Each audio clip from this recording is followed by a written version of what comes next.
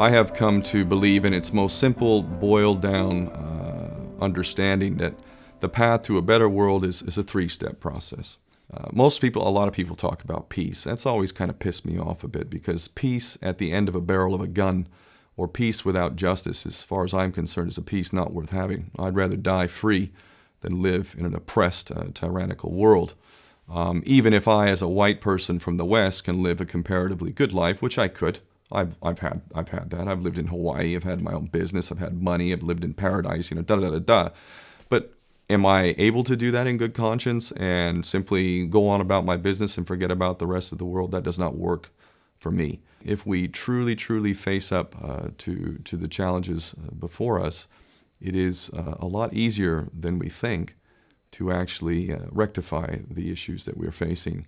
And it's really quite ironic from my experience, how people even today hold a very kind of pessimistic view, and yet right there in front of you, you can see changes that are so profound that if you really open your mind up and get out of sort of the training, the negative perception of reality. Of course, what's the news? The news is nothing but a bunch of bad news. It's all bad. Everything's horrible. There is no solutions. The politicians are corrupt. War everywhere. This is very, very important to understand. The reason why that's being done is because it gets you in a cynical point of view. It gets you to believe that there's nothing that you can do, that you are insignificant, and anything that you might venture to do is foolhardy at best. Accept the reality. This is very common in the West in particular, because we have a lot to lose in terms of material, and we've been intoxicated and entranced with the idea of material gain, and the cost of that is that we've actually sacrificed the much more profound, the spiritual, and the more philosophical aspects of life, which hold far greater value than anything physical. You need the physical to survive, but in terms to truly grow on a spiritual level, it has hardly anything to do with that growth. This is a process that I see playing out, and 5 years ago, 10 years ago, there was a whole lot less of that. So this is an amazing, amazing time to be alive. Truly amazing, and I genuinely believe that it is our generation right now that is going to decide the fate of life on planet Earth. My story in brief is I grew up in a charmed existence, Southern California, surfing, playing football, not soccer, football, proper football. I had a beautiful life, a loving mother, I always felt a little bit different. I always kind of walked my own path, but I wasn't an awkward kid. I had, friends who were popular. I was reasonably popular myself, I suppose. So I never felt socially awkward per se, but I always knew something was amiss. I could tell that early in school, from an early age I could tell this was bullshit, quite frankly, most of it. And, at the same time, I had a wonderful life, I really did. And at the age of 19, I joined the Marine Corps because I thought I was a little lacking in discipline and initiative. I had been raised by my mother. She did spoil me. God love her. I love her love her immensely. But, she's a woman, and women and mothers dote over their only child, and they spoil us. And I didn't really learn how to be a man because I didn't have a man. So I didn't know it at the time, but I joined the Marine Corps because I was looking for the father that I never had. And of course, I had no idea of the implications of doing this. I believed all the spoon-fed crap of, my nation's the greatest in the world, freedom and democracy and all this sort of stuff. And while I was in the Marine Corps, I ended up speaking out about abuse of power. One of the things they teach in the Marine Corps is leadership by example. And my leaders were not leading by example. They were abusing their position of authority. And when I spoke out about that, I made a conscious decision to do it openly. I could have done it clandestinely, but I didn't think that was the honorable thing to do. So I did an honorable thing, and I was punished severely. And it shattered the illusion of the Marine Corps being about honor and integrity. I realized that I had become a slave, that I had imposed slavery upon myself, volunteered for it literally, and that I could kill or be killed as a result of this decision. And it caused me to reflect deeply on everything that I had come to believe. And what it did was it put me in a mindset that allowed me to receive information that previously I never would have accepted. Burning the flag is an example. When I was a younger man, I thought, man, any bastard who wants to do that, I look at that now in a completely different way, and I never would have heard any argument to the contrary. it opened me up to information, and in that context, I indulged in a very serious course of self-study, independent study, and I sought out what I thought were authoritative voices in various aspects of life, philosophy, history, and so on and so forth. And in the process of having an open mind, truly open, and really looking at alternative sources of information, I came to realize that virtually everything that I had been taught was the opposite of the truth, literally. And the more I got deep into it, initially it made me very angry. I still have anger, but the anger is very much based on love. Love of this beautiful planet, of this human family, and our extended family of life that embraces all living creatures. What a beautiful blessing we've got, and how fucking outrageous that we're destroying that. And anyway, from that, I've walked a very unique path. I could go on and on and on about many different things that I've been involved in, but the bottom line is I have followed my heart. I have done what I felt was right, and oftentimes that was the opposite of what any of my friends and family and those who love me would have advised. In fact, many times I've done things that they all would have thought and said was crazy and you shouldn't do it. Every time I've done that, it's ended up being the greatest blessing. And that even includes, in the heartache and the pain, the injustice, the suffering, were great, great, great blessings. I'm not just a believer, I am an applier of the principle of doing what you believe is right, no matter what the consequence.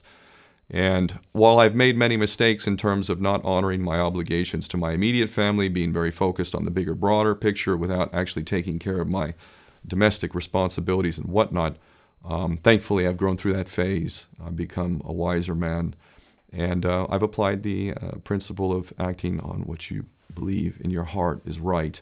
And what a beautiful path that is. I don't care what anybody says. If you act that way with genuine intention and with a lack of fear and some level of intelligence, boy, oh boy, what an amazing path that is.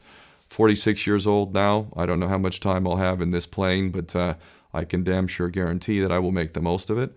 And if the past is any reflection of future, boy, oh boy, the blessings that are coming my way, and I hope for the rest of the world, should we adopt this kind of philosophy and approach to life, I have no doubt whatsoever that we can achieve a better world, something that we can be truly proud and happy to hand over to our children. And quite frankly, to me, that is the greatest responsibility of all. If we are turning a blind eye and pretending as if the problems are not severe, grave, to the point of complete total annihilation, personal and collective annihilation is a distinct possibility. If we don't face this, we may very well hand that over to our children. And I think that's a dereliction of our duty, to say the least, and we should be ashamed of ourselves if indeed we hand over this world in a worse state. But where I see us right now in terms of humanity, its evolution, its growth, its understanding, its consciousness, it is absolutely undeniable from my perspective that the growth of consciousness is unparalleled in human history. We know of no time where we have grown and understood more and more and more at such an accelerated pace as we do now, and I find that extremely exciting, and I believe it is the precondition to creating a better world. So I'm not sure which way it's going to go, quite frankly. I think it's beyond ridiculous to assume that it's all going to be all right. At the same time, we shouldn't operate on fear. We have an opportunity. It truly is up to us. If we do what we're capable of, boy, oh boy, people are not even going to recognize the world that we're going to have in the future. A much better world, a sane world, in which everyone has all that is needed. And in fact, we can live in a state of abundance. And actually, instead of fighting and killing each other over our differences, which we currently do, we will celebrate these differences and say, wow, what an amazing perspective. Even though I don't necessarily agree, how beautiful is that? That's the world that I can see. I can literally see it, and I believe we'll have it if we do what we're capable of. If there was one physical subject, one material subject that we should focus on, in my opinion, it is very clear that the head of the snake is the financial system.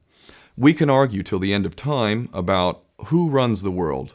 Is it the Jesuits? Is it the reptilians? Is it the Illuminati? Is it the Freemasons? We can go on and on and on and on about this.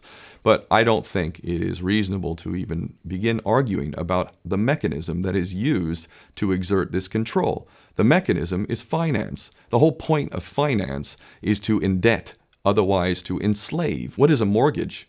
I mean, what does that stand for? It's a death grip.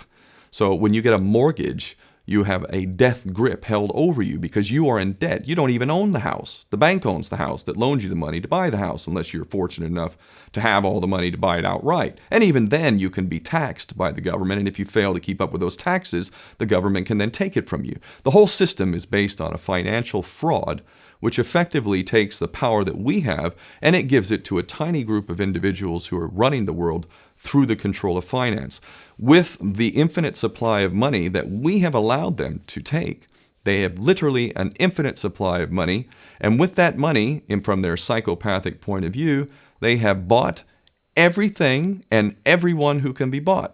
So those of us who cannot be bought because we operate on a level that goes way beyond the material, we are not rewarded for such behavior. We are punished for such behavior. And the most slovenly, disgustingly criminal, pedophilia, corrupt moral individuals, those are the ones that are rewarded in this system, which is upside down. We reward the pedophiles, we reward the corrupt, we reward the liars, we reward the people with no morals at all, and usually we compromise them under this system in terms of maybe a videotape. Maybe Barack Obama is gay. Maybe we have videotape of him having sex with another man, or perhaps some other acts that may be not so popular amongst many of the electorate. Or maybe we have videos of political leaders having sex with little boys or little girls. If I was in charge of the world and I was a psychopath and completely drunk on my own power, you can bet damn sure that's what I would do. I wouldn't allow anyone in a position of power who wasn't completely compromised. When you have an infinite supply of money, you can do this.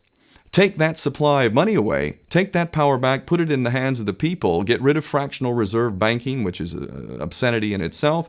Listen to the lessons of Jesus Christ if you're a Christian who got really pissed off when he went to the temple and he saw what the money changers were doing.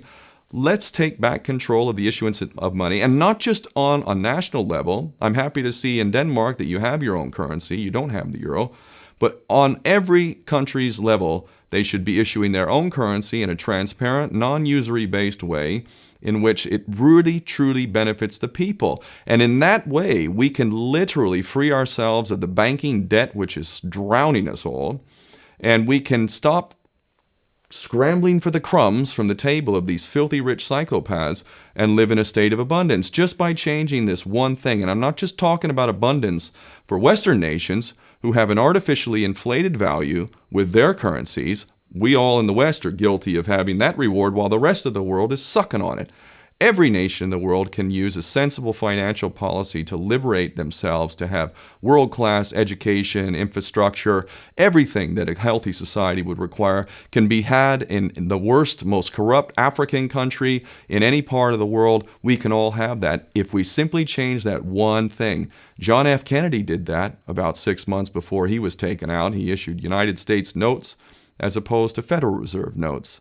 I can assure you the powers that be knew the power of that act, and they took him right out.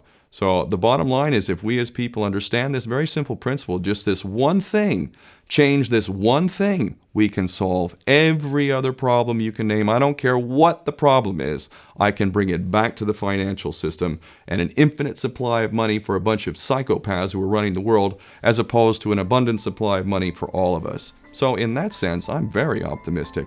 This is not rocket science. I am not the smartest guy in the room. We can all understand this. And as soon as we do, we can exercise the same power that we had, but relinquished, and we can have a future for ourselves and our children. There's a lot to be optimistic about, quite frankly.